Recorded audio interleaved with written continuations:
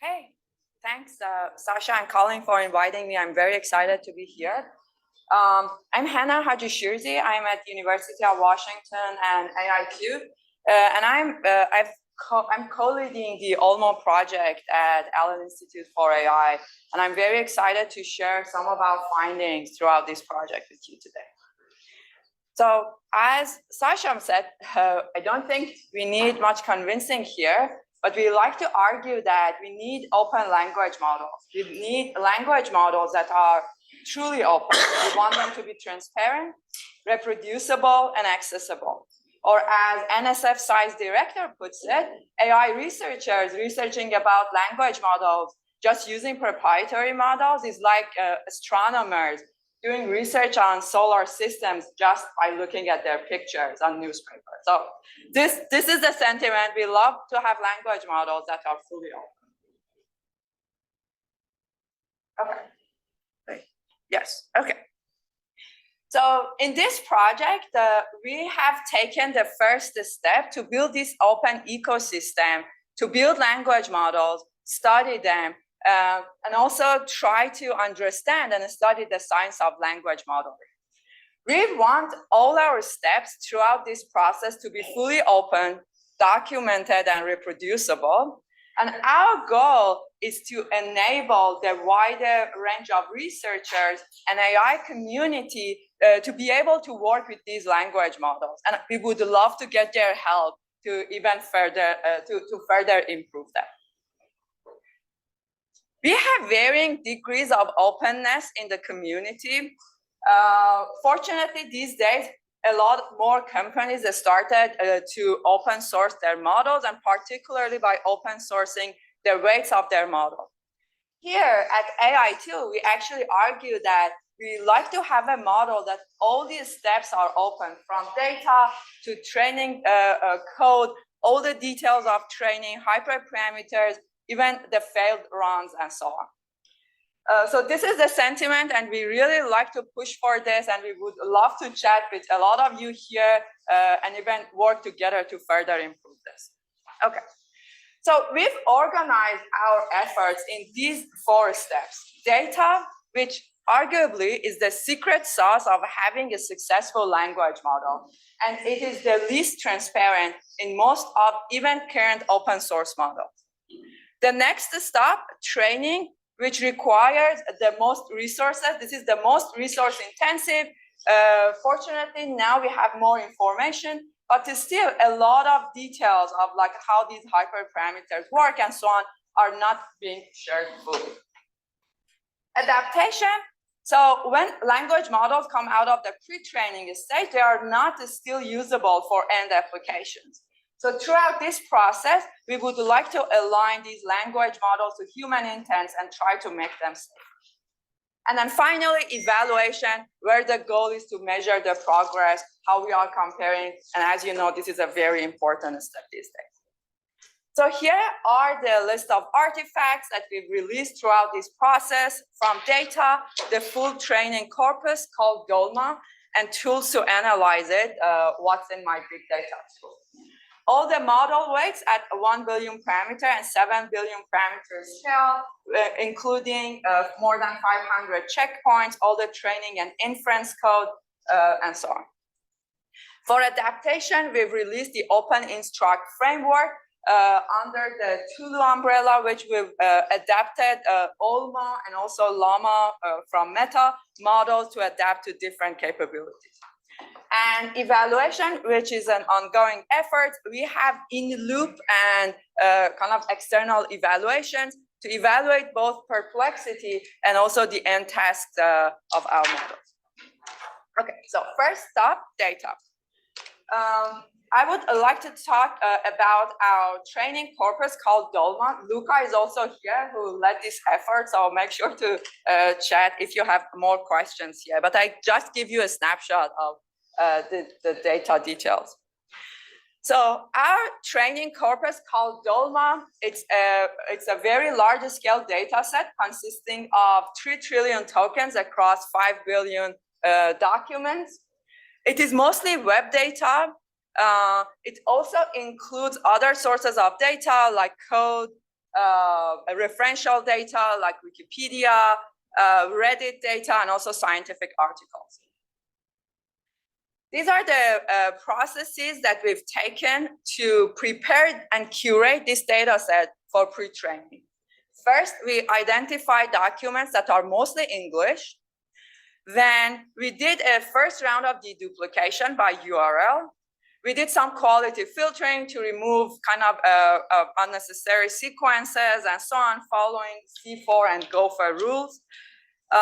We did content filtering by removing toxic information and personal information, and then do the final round of deduplication based on the kind of paragraph and document overlaps. Here are the list of other data sets that are being used to train other proprietary models or other popular data models. But I don't want you to go and look at all these numbers in all these details in the table. I just want to show you there are a lot of question marks. So this is basically the least transparent step in any of the language modeling efforts. Compared to other open data sets that exist in the literature, our data is the largest and arguably highest quality. Our data consists of 3 trillion tokens, and we are still working to improve it, add more resources to it. Okay. We've also developed tooling to be able to understand what is going on inside these large scale data sets. In fact, we have this called What's in My Big Data, which facilitates search and indexing and counting in these large scale data sets. And this tool works not only on our DOLMA data set, but on other open large scale corpora. For example, we've done some analysis. These are some examples of what is the most common n-gram in the C4 data set, a sequence of question marks, and some other interesting findings. For example, the chess website is one of the most common websites across almost all training data sets. Maybe this explains some of these model capabilities. There are still a lot of data contamination between test sets and the data sets. For example, some of the glue benchmarks are contaminated in the training data. Despite our best efforts, they also leaked into our DOLMA corpus. We made sure not to evaluate on these data sets though. Here are some results. In order to understand the quality of the data, we performed a lot of ablations by training 1 billion parameter models. These graphs show the perplexity across different domains. And these are different, like I'm not going into the details of results, but these are different kind of combinations of sources for training. On this figure, you'll see that almost all graphs perform similarly. This is the web data. Like if you have some sort of web data in the mix, they have pretty similar performance. This is code evaluation. The other is evaluating on scientific corpus. And as you see, that only including web data does not perform as well. So this is perplexity, so the lower is better. Which means that when you bring in other important sources, it actually is really important for kind of some of these end task evaluations. Okay, so we are still exploring these questions, and we love to chat more about these with all of you. What is the best data mix that you would use for having the highest quality language models? How much does this type of content filtering, quality filtering matter in improving the quality of these training corpora, right? Like for example, how much does it matter? How much further deduplication should we do? How can we work with licensed permissive data? I know Colin is actually working on this direction. And in fact, our important question is, with only including licensed permissive data, can we get to the proprietary models quality at some point? So this is also a very important question we love to explore. And our argument is maybe, but it is very important to also think of maybe other approaches to do better language modeling. And importantly, how can we leverage synthetic data at the pre-training stage as well, or maybe bring some instruction data in these stages?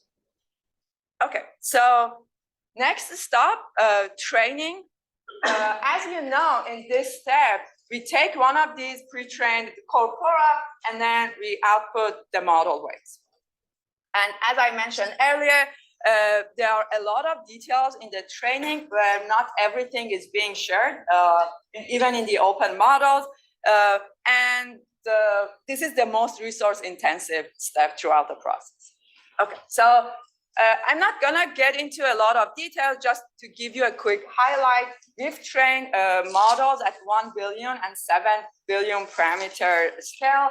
Our 70 billion parameter model is still training, so we don't have too many GPUs, so it's quite slow. And our results show that OLMo is better or on par with the current open models.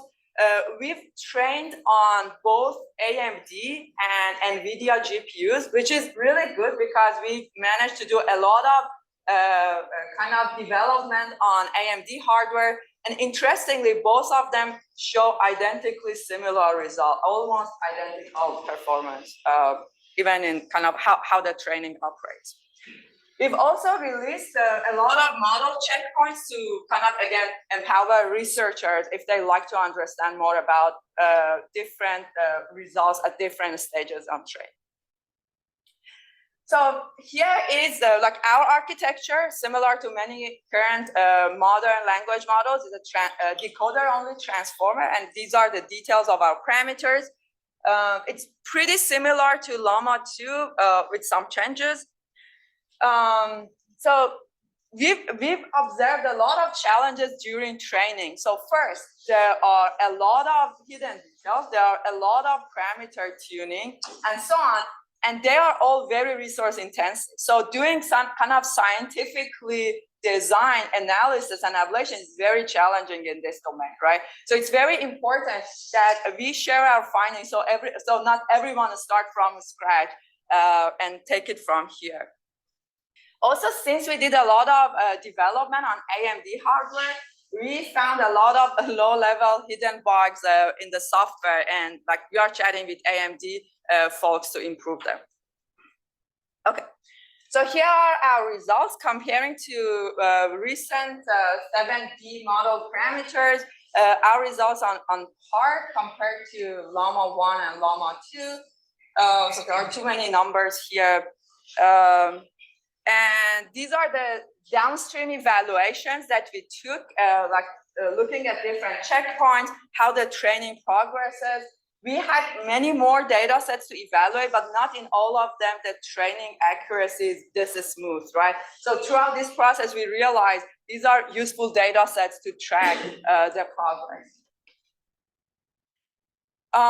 So to further improve our model, we build OLMo Instruct using our Open Instruct framework, which I'm going to discuss in the next part of the talk.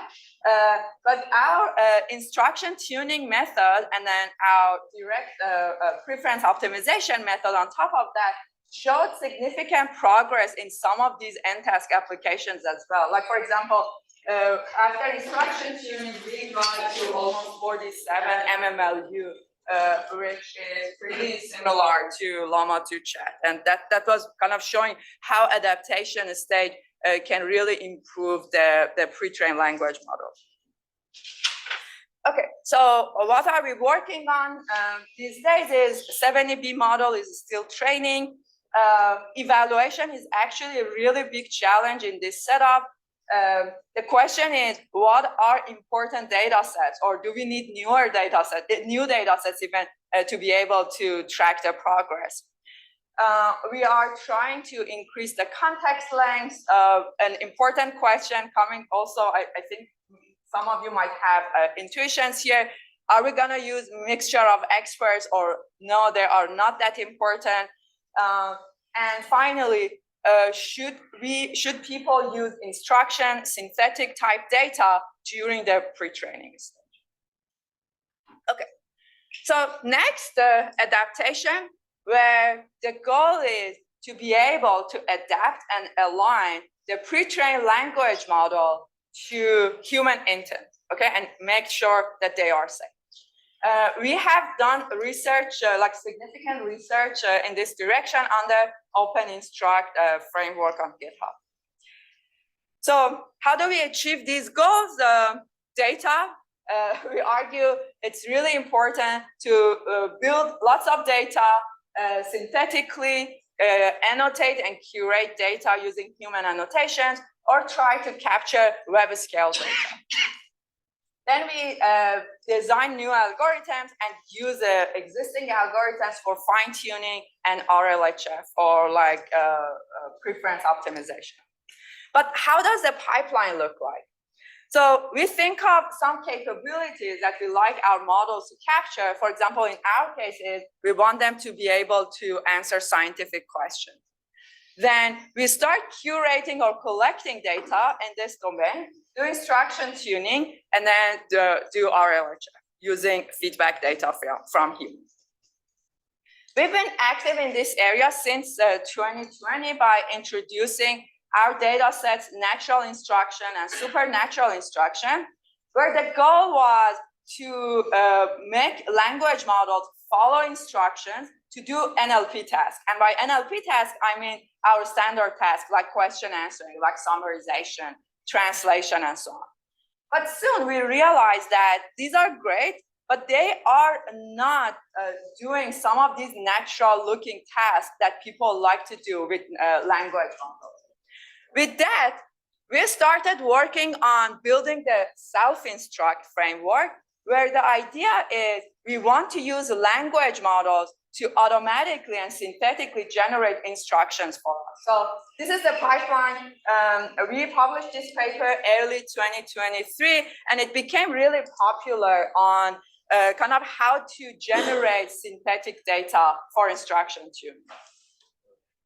Since then, we've seen a really large collection of synthetic data for adaptation and alignment, starting from alpaca. I thought Tatsu was here, or Waikilna. Okay.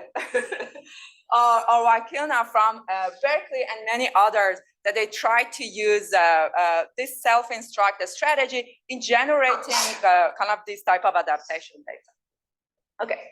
And then we saw a lot of papers coming in saying that, okay, with these models, with this type of synthetic data, now we are similar to proprietary models, or no, we are too far. So this was our question too, which is, okay, let's systematically study them.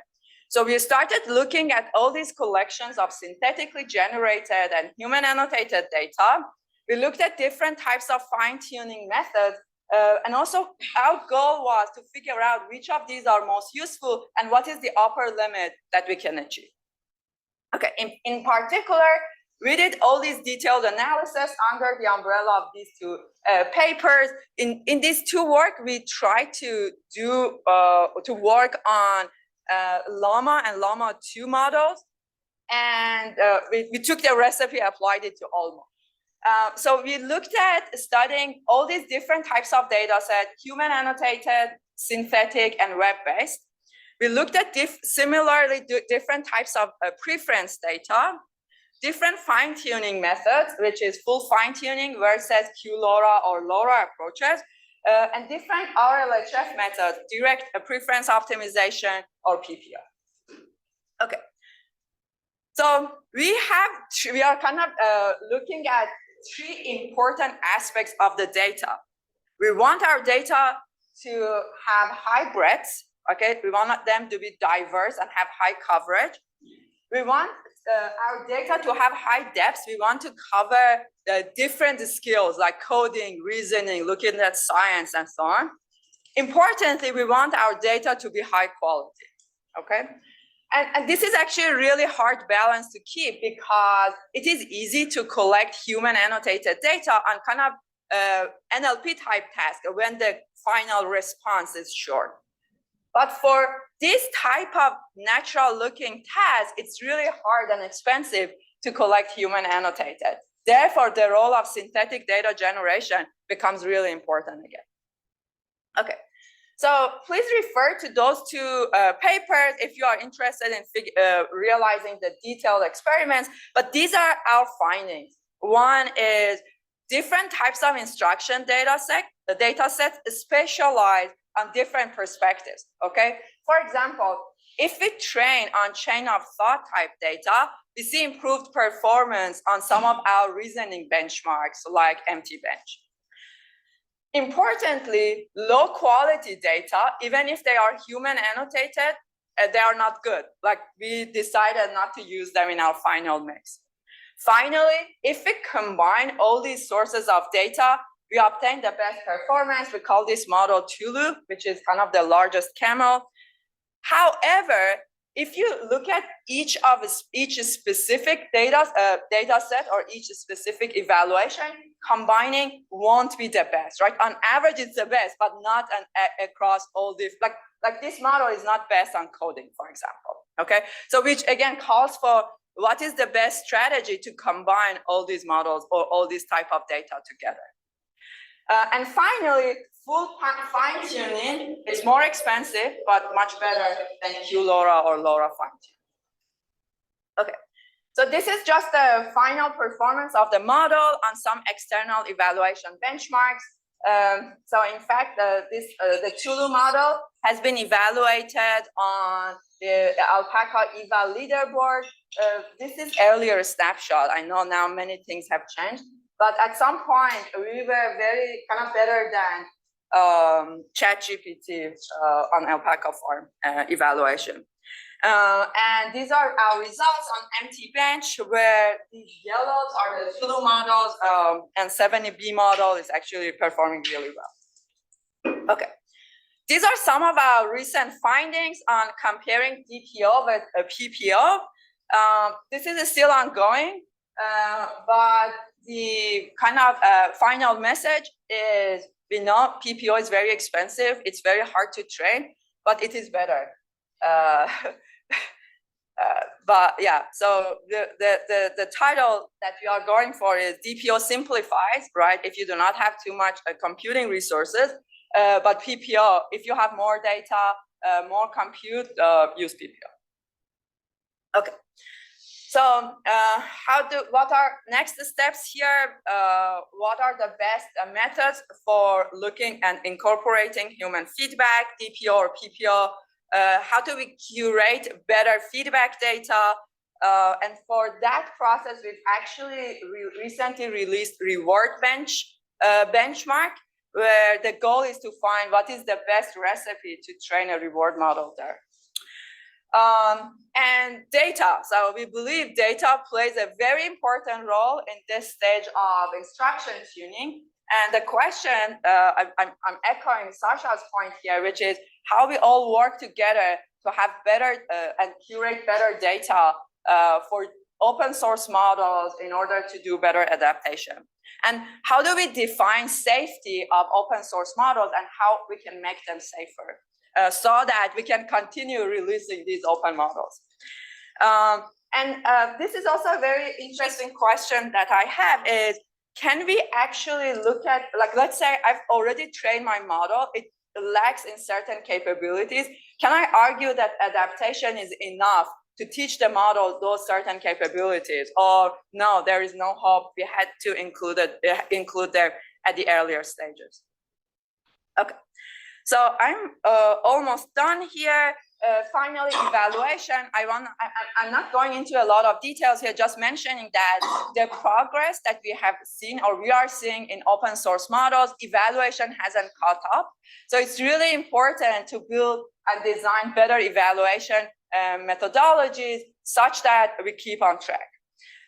For our OLMo project, we've done 2 sets of evaluations, downstream evaluation on some end tasks, and also perplexity evaluation, and also use them both in figuring out how the training progresses.